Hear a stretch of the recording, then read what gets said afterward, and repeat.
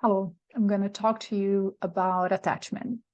Attachment is the theory that supports my work with couples, and I want to share with you because I'm very passionate about it. It completely transformed my practice, and I think all the couples that have done work through attachment and using emotionally focused therapy can really speak for the amazing power of working on the root of the problem instead of on what's coming up in terms of symptoms of the problem. And that's what attachment is. So I'm going to talk to you from my heart because that has been my work for many, many years. And I'm very passionate about it. And this is how I talk to my couples when I explain what attachment is. So when we're first born as humans, we come pre-wired for connection. What does that mean? Well, animals in the wild, a lot of them, when they are born a little more independent, that they can run, they run from danger. We are born completely incapable of surviving unless somebody looks at us, falls in love with us, and takes care of us. We depend on love and connection to survive as humans. So for us humans, we come with something called mirror neurons, which is like that mirror, looking in the mirror. So we have little mirror neurons, and a newborn can already identify a human face.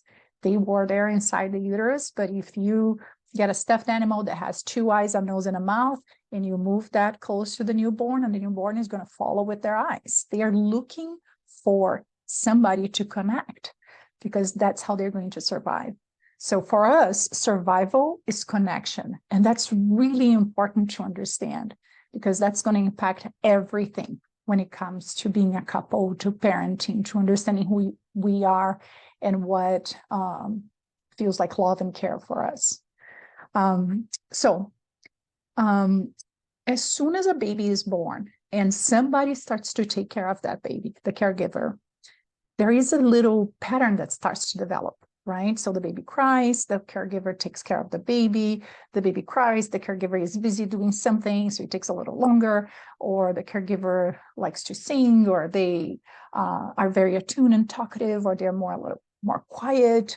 So there is all this small interactions that are happening all the time between baby and caregiver that has to do with who this baby is born in terms of character, and also with who the caregiver is and what's going on in the life of that caregiver.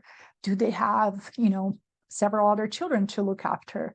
Are they, going through troubles in their own marriage?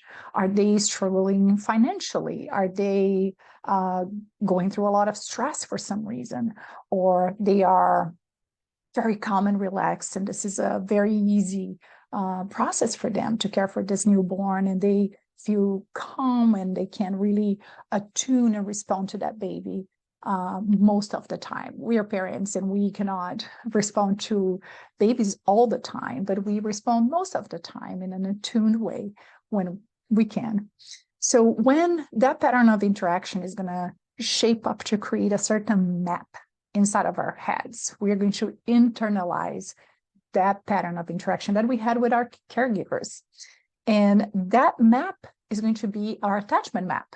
Or if we more in terms of the general public, we talk about attachment styles, which means that my map tends to send me to have this style of attachment.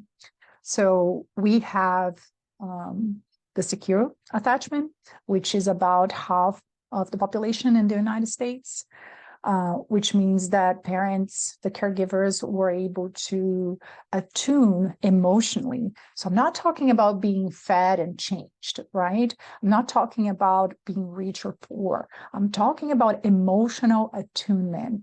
The parent was able to attune to that baby, especially in times of distress, and it was able to regulate that baby with their own selves. They were calm and regulated. They could give words to that baby. They could process and understand what was happening there most of the time. So that consistency in being responded in a calm, consistent, attuned way, feeling really deeply understood and accepted, seen, repeats over and over. And we internalize that, oh, that's how the world works. That's what I can expect from people. So you internalize a secure attachment.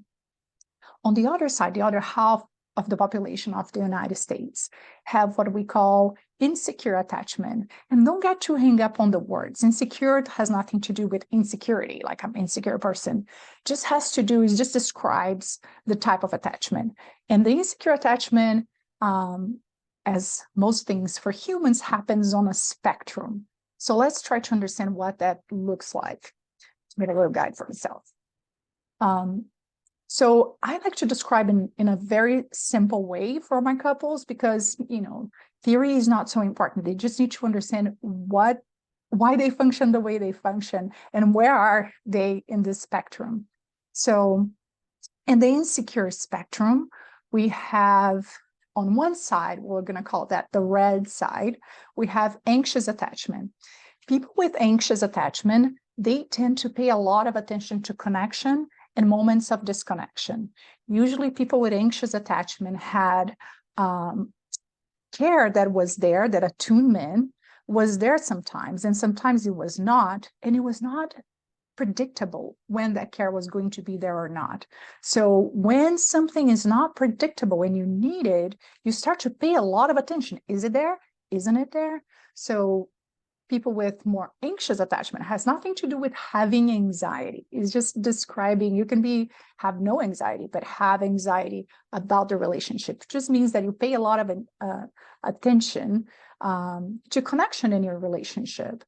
And when you perceive disconnection, usually you tend to have a big emotional reaction, something really threatening, something very negative, a wave of a negative emotion comes up when you perceive things that your partner does as you give a meaning to them as lack of care, not being a priority to them, and you usually do something about it, right? On the other side, so this is the red side, and it's on a spectrum, so you can be very much on the anxious spectrum, less, let's call the middle secure, and secure can also be more or less secure, and then the opposite side of the insecure spectrum, we're going to call it the blue side. On the blue side, for one reason or another, it doesn't really matter. All parents do the best that they can with what they know, with what's possible for them and what's going on in their lives. But on the blue side, we have parents that a lot of times were not available to attune emotionally. So those babies were changed and fed and taken care of, but there wasn't a lot of emotional connection between parents and babies. So the babies that they don't have the capacity to regulate themselves. So when they are in distress emotionally, they need somebody to regulate them. And if nobody is actually coming to do that emotional attunement and regulate them, to survive, they learn how to suppress their emotional needs. So on the blue side of the spectrum, a lot of times we have people that are that they like to say that they are proud to be emotionally independent. They don't need anyone. They cannot count on people because people will let them down. And they are more, usually within this relationship, they are more kind of pulling away from too much closeness, emotional closeness can feel overwhelming for them. So they tend to kind of like try to maintain a certain comfortable space between closeness and distance. The same thing for the other side.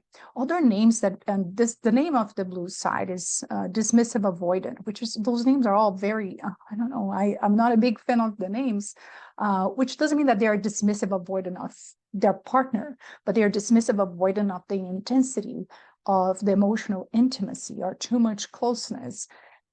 So they move away from intense emotions. Their intense emotions and their partner intense emotions. Other names that we use in emotionally focused therapy that I find them more friendly. I find they're great descriptors of what those two types of attachment are doing is pursuer and distancer. So we have those two the distancing partner and the pursuing partner or avoiding partner, right? So those names, we might end up using those more often. Usually people that show up in my office, I would say 99% are couples formed by 99, I think is an exaggeration. Maybe 95% of the couples that show up is a combination of somebody with anxious attachment and someone with a avoidant attachment, right? And for reasons that we can explore later, they are really attracted to each other and they tend to stay together, even though their relationship is not very calm. There is a lot of conflicts and issues. They tend to stay together for a long time, and they end up a lot of times after a long time trying to get this right, this distancing, this pursuing closeness and pursuing distance dance that they do, they end up looking for help. And when they do, it's wonderful if they actually go to work with a therapist that does emotionally focused therapy, because it's really transformative. They finally are going to understand what's happening there. That's a little bit of what bases the work that I do. There is so much more that I would love to share with you that I think is helpful, but I think to get started, the idea of that we set up that map, that wiring that is happening in our brain for what we need to feel loved and cared for, that was created in our interactions with our first caregivers, and that stays as a point of reference for us. And when we connect romantically, we use what we have. We use what we know. So we are using the map to ask for what we need, to try to teach our partner how to love and care for us, and to perceive what they are doing. We're going to give some kind of meaning based on what we know. So that's what is really important for you to understand. If you have any questions, don't hesitate, get in touch, send me an email, give me a call. I'll be happy to talk to you.